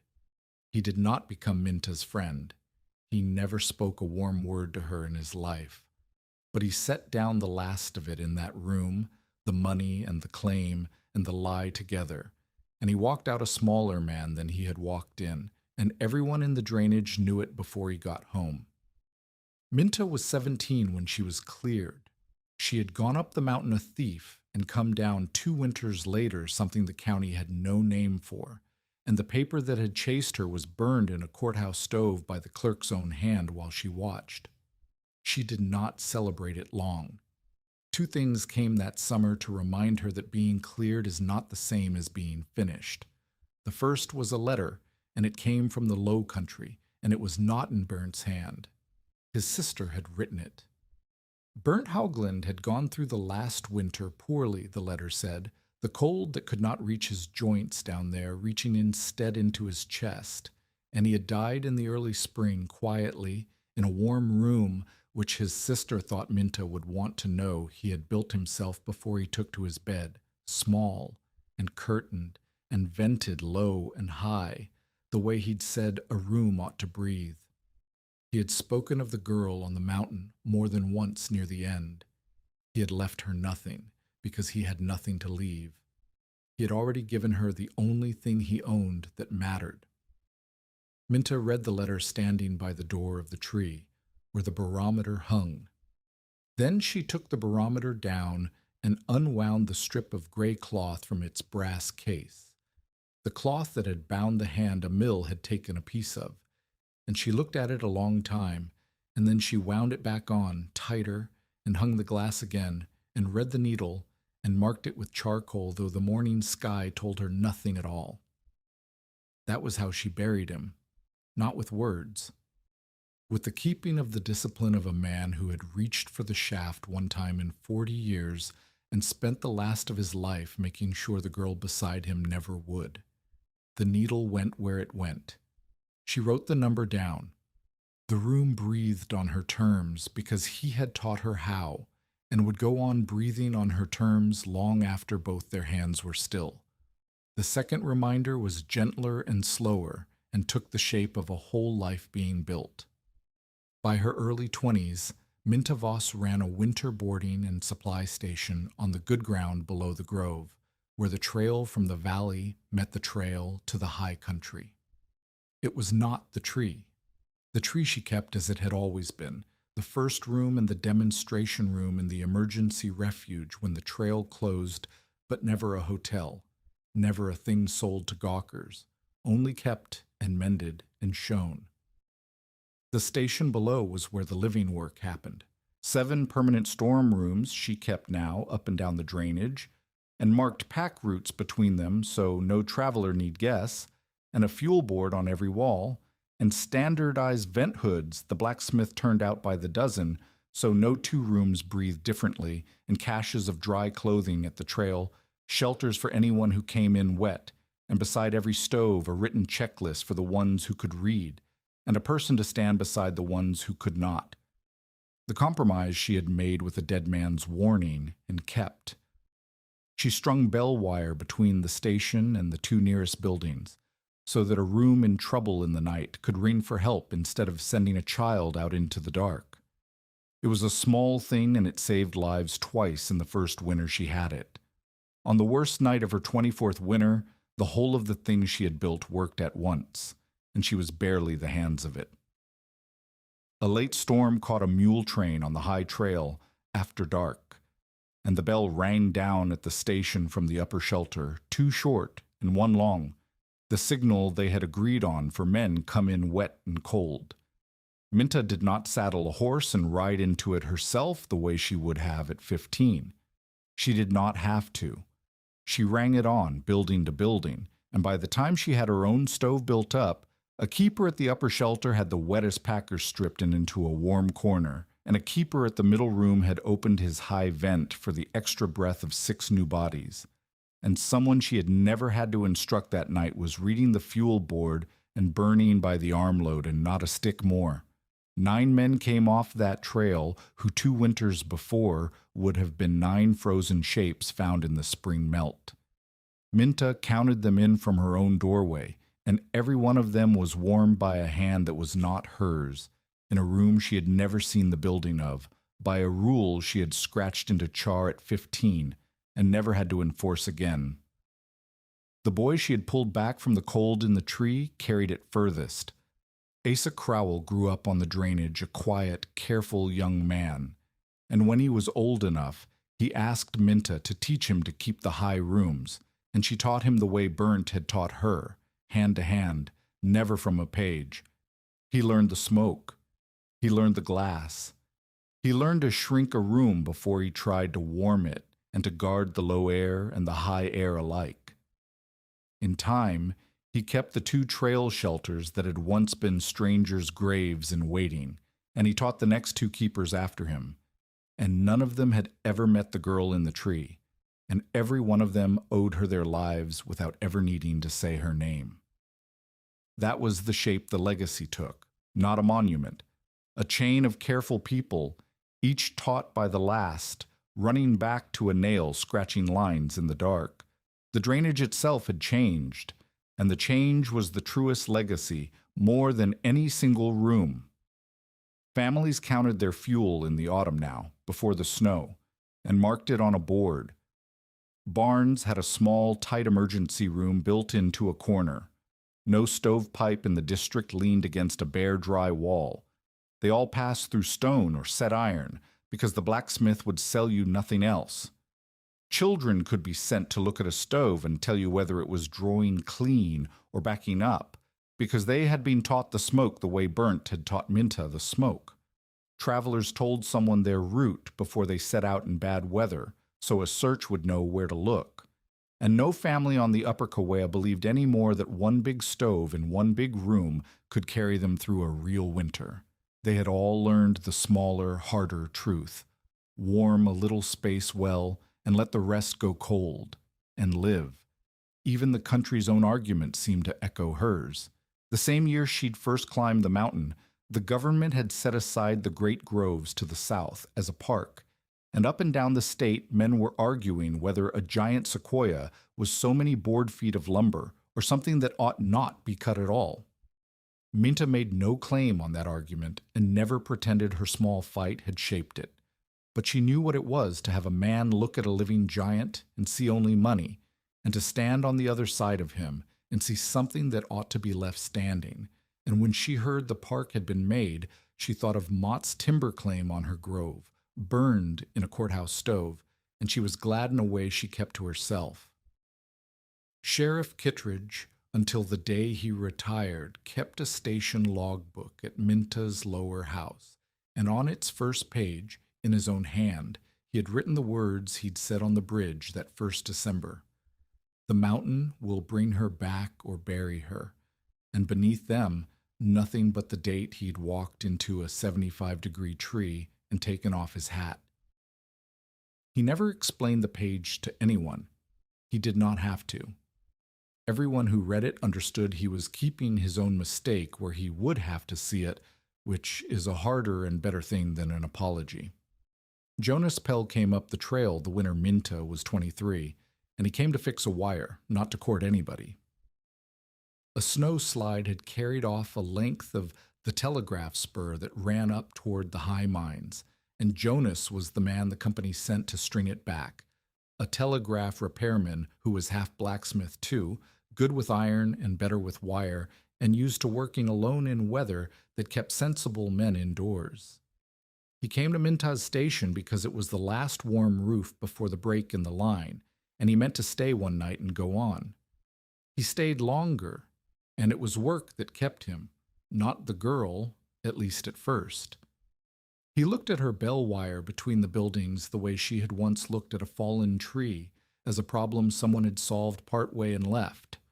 Over supper, he sketched her a better route for it on the back of a fuel board, a straight run high through the timber that would save a third of the wire. Minta looked at his sketch and pushed it back across the table. "Your straight run goes through the crowns," she said. "First hard rime storm, the branches load with ice and come down and take your wire with them. I lose the line the one night I need it most, the bad weather night, which is the only night bell wire earns its keep." She turned the board over and drew her own line, lower, longer, ugly. Under the canopy, along the trunks, more wire, more work, no ice load. It's the worst-looking route, and it's the one that's still standing in March. A certain kind of man would have argued because a woman had corrected him in front of her own hired hands. Jonas Pell looked at her line for a while, and then he looked at the timber outside the window with the snow already loading it, and then he said, "You're right. The Crowns will take it every winter." And he built it her way, and it stood. That was the whole of their courtship, more or less, stretched over 3 winters. Not words about feeling. Work, and the testing of each other's work, and the slow discovery on both sides that here at last was a person who would rather be corrected and right than uncorrected and wrong. He proposed a route. She found its flaw. They built the better one together. He learned to read her barometer. She learned his knots and his splices. When the high line went down in a storm, they went out on it together, and each trusted the other on the rope, which for Minta was a trust that did not come cheap and had only ever been earned by 2 people before him, one dead and one an old man in the ground down south. They married when she was 26, and they ran the lower station together for the rest of their working lives. And in all those years, Jonas Pell never once called the shelter system his, or told the story as though he had been anything but the man who came to fix a wire and stayed to hold a rope. When strangers assumed he was the mind behind it, he corrected them the way she had corrected his sketch, plainly, without heat, and without letting it stand. "I string the wire," he'd say. "She built the rooms before I ever came up the hill." The children they raised grew up counting fuel in the autumn and reading smoke off a stove as naturally as reading their letters, and 2 of them kept warm rooms of their own in the drainage after their mother's hands could no longer do the work. There was one winter she never told as part of the story because it belonged to no one but the 2 of them. Their eldest, not yet 3, took a fever and a chill together in the worst week of the cold, and Minta Voss, who had warmed a dozen strangers' children back from the edge without her hands ever once shaking, knelt over her own child and could not for a while make herself think. It was Jonas who built the corner that time. He hung the second blanket and shrank the space and set the warmed stones near, but never against, exactly as she had taught the whole drainage to do, while she held the baby and counted the small breaths. And somewhere in that long night the builder came back into her hands, and she took over the vent and the stove and the reckoning, and between them they carried their daughter through to a clean gray morning. She said little about it after, but she understood from that night on why Bernd had never once let anyone trust a written page in place of a living hand. The rules had not shaken. She had shaken, and only the years of doing it over and over on other people's children had put the steadiness back into her fingers in time. The station grew past her, the way the trees' lessons had. By the time she was 40, keepers came from 2 neighboring drainages to learn the method and carry it home, and the winter boarding house that had begun as one girl's arithmetic scratched in char kept more than a dozen rooms across the high country, and not one of them had been built by her own hands in years. Her hands were the first thing the years took. The cold she'd taken into them at 15, the split thumbs that never fully healed, the 2 toes gone dead at the bad ford, the palm burned to the bone against the char the night she saved Asa Crowell. All of it came back to her as an old woman in the form of a stiffness that would not let her close her fingers in the cold. In her later years, she held the cup with both hands the way a child does, and she climbed to the grove less and less, and then not at all. It was in those quiet years that she finally read her father's letter. She had carried it unopened from a tin under a stone the night she fled, had carried it up the mountain, through the storm, through the hearing, through a marriage and a life, and never once broken the wax, because there had never been a quiet enough hour, and perhaps because she had been afraid of what a dead man's last words might ask of her. She read it at last by the stove at the lower station, an old woman with ruined hands, and it was not a grand thing. It was a Cooper's letter, plain, meant for a girl he'd expected to teach for years yet. He wrote that he was proud of how she reckoned a measure. He wrote that a house, like a barrel, keeps nothing in that it will not first hold still, that the whole secret of both was stopping what wanted to move, the water, the air, the heat, and giving what was left a way out that you controlled and the weather did not. He had written her the lesson of the tree years before there was a tree, and she had lived it without ever reading it, and she sat by the stove a long time with the page in her two stiff hands. Darius Mott lost the store within a few years of the hearing and left Cedar Flat for good, and the drainage did not much miss him. Long after, when they were both old, one short letter reached Minta from him, from some low town where he had ended up. It did not apologize. It asked only one thing: whether the fallen tree still stood. She wrote back 3 lines. The date. The temperature recorded in the main chamber that morning. The count of cords stacked under the lean-to for the winter. Nothing else. No forgiveness, no anger, no account of all the years between.